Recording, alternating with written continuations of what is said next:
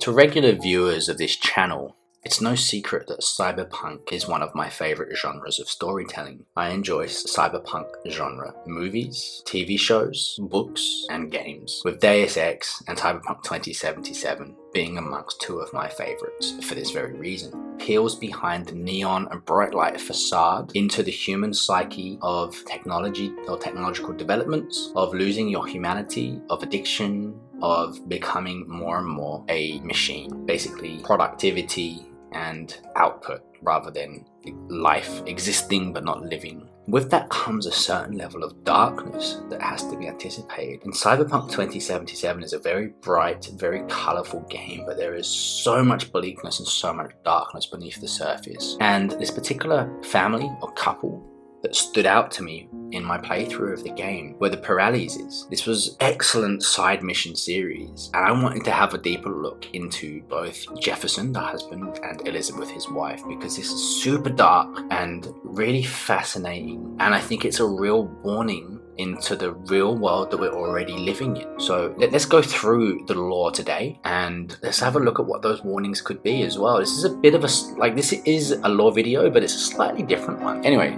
without further ado, I am Brock from Brock and Sindri, and let's get straight into the Peralezes. Jefferson Peralez is a member of the Night City Council and a candidate in the upcoming election for mayor. He is touted as an idealist, an anti-establishment type who opposes corporate control of the city's government. He maintains a very strong relationship with his wife Elizabeth. They value each other's opinions and share political aspirations. Their lovely penthouse, located in the luxury apartment complex in the Westbrook district, has been fully transformed into an office. However, despite such steadfast commitment to the job and the active campaign, the couple still prioritizes family, as they will explain once V inquires about the framed portrait of their daughter Xochi. Now, Elizabeth is a prominent Night City lawyer and a political figure as well, devoting most of her time in 2077 to aid the campaign organization for her husband Jefferson's mayoral candidacy. Elizabeth is first encountered through a brief and rather reserved holocall to V, offering a job upon meeting with her and her husband Jefferson. Namely, they wish for the death of former mayor of Night City Lucius Rhine to be more thoroughly investigated, as they feel that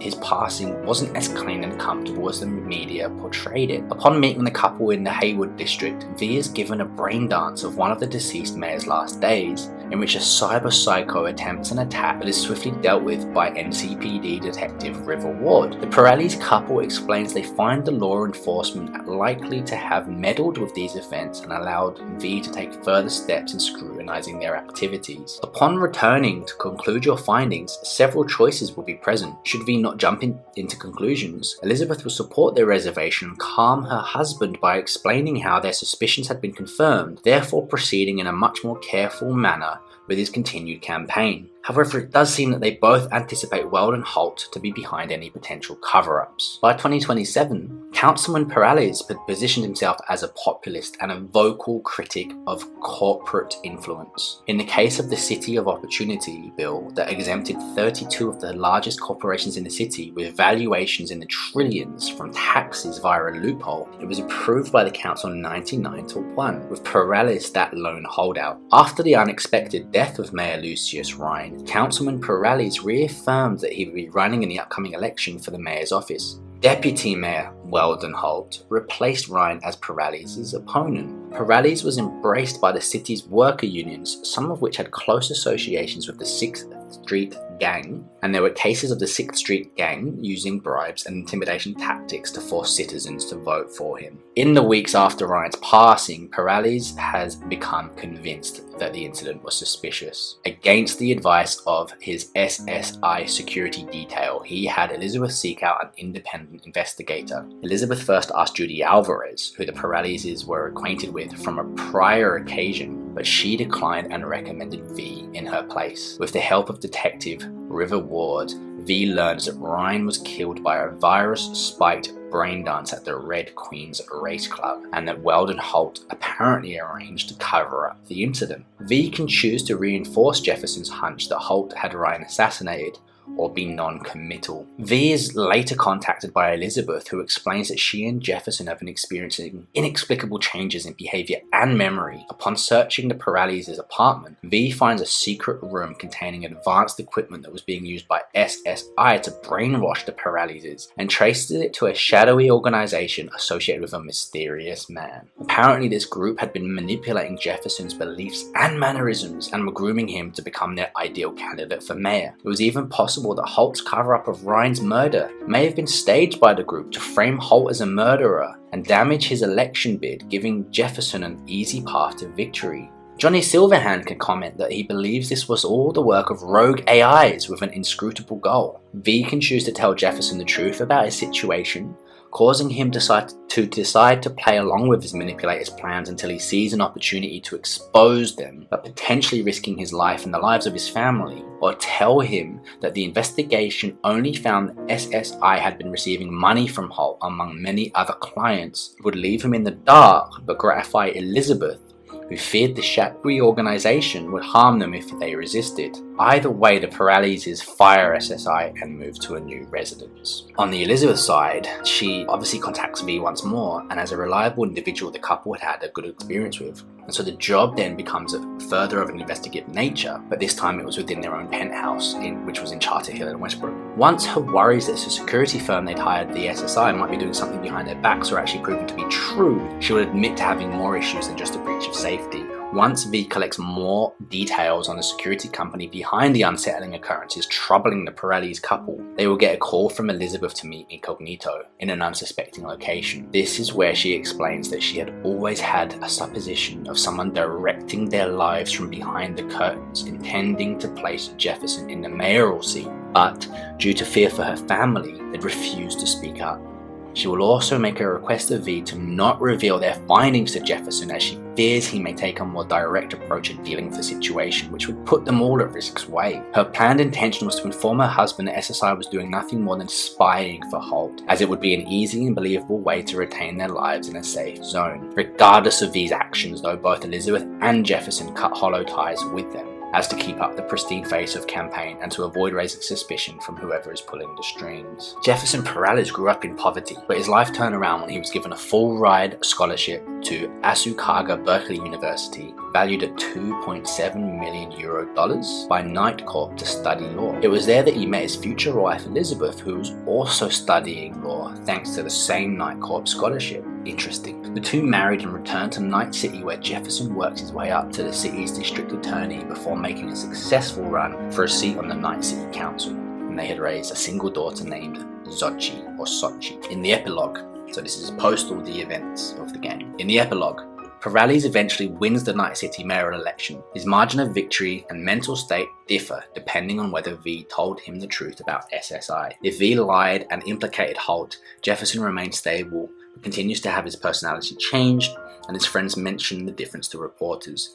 He goes on to win the election with 70.7% of the total vote, and will later contact V to hire them as the head of his personal security as he prepares to unveil an anti-homelessness program and a tax hike. If V told the truth about the conspiracy, Jefferson falls into a state of extreme paranoia. He wins with a lower level, 49.3% plurality of the vote, and will later contact V to air his suspicions that his wife is part of the conspiracy. Within the Hayward District network, access terminals will show, among the available, a website dedicated to Jefferson's campaign called Vote for Peralez. The website is written in first person in a simplified language more akin to street talk, often using sentences that convey a relatable manner of speech, approaching the reader as if they were an old friend. A good portion of the website is biographical, using parts of Jefferson's early life to achieve a connection with the voters of Night City that still lived that way. And I want to put some notes in here on Jefferson as well. Now, Elizabeth mentions that Jefferson is leading Weldon Holt in the polls during Dream On mission. Radio host Stanley Media will occasionally report Jefferson and Holt's poll numbers before the election, and excerpts of news reports about Jefferson's election victory can be read on the N54 News, WNS, and NC Inquirer websites a few days after completing Dream On.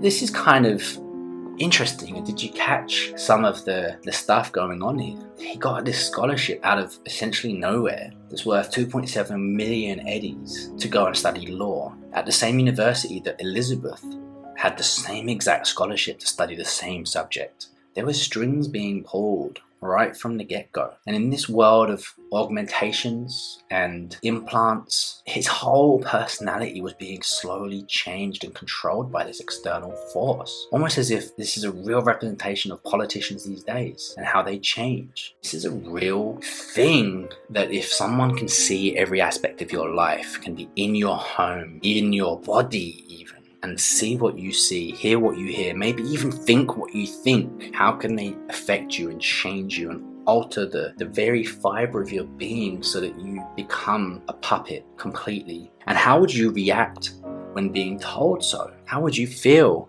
if you were told that the decision you made that you thought was you making, wasn't you making that decision at all? It wasn't your choice. Guys, this is really, really creepy. This is a really potential rabbit hole, and this is deeper than just a lore video.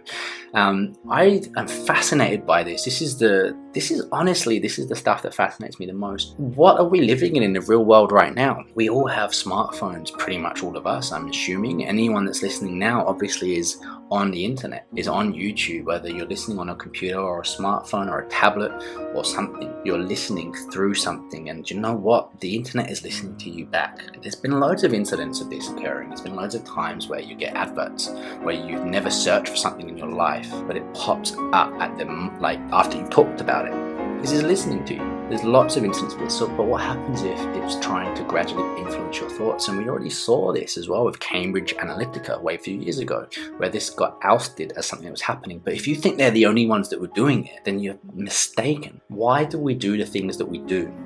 Who is influencing us? Even, hey, what you'll probably do after this is you might think of something and you're curious and you might go and Google it, right? Like probably a lot of us use Google.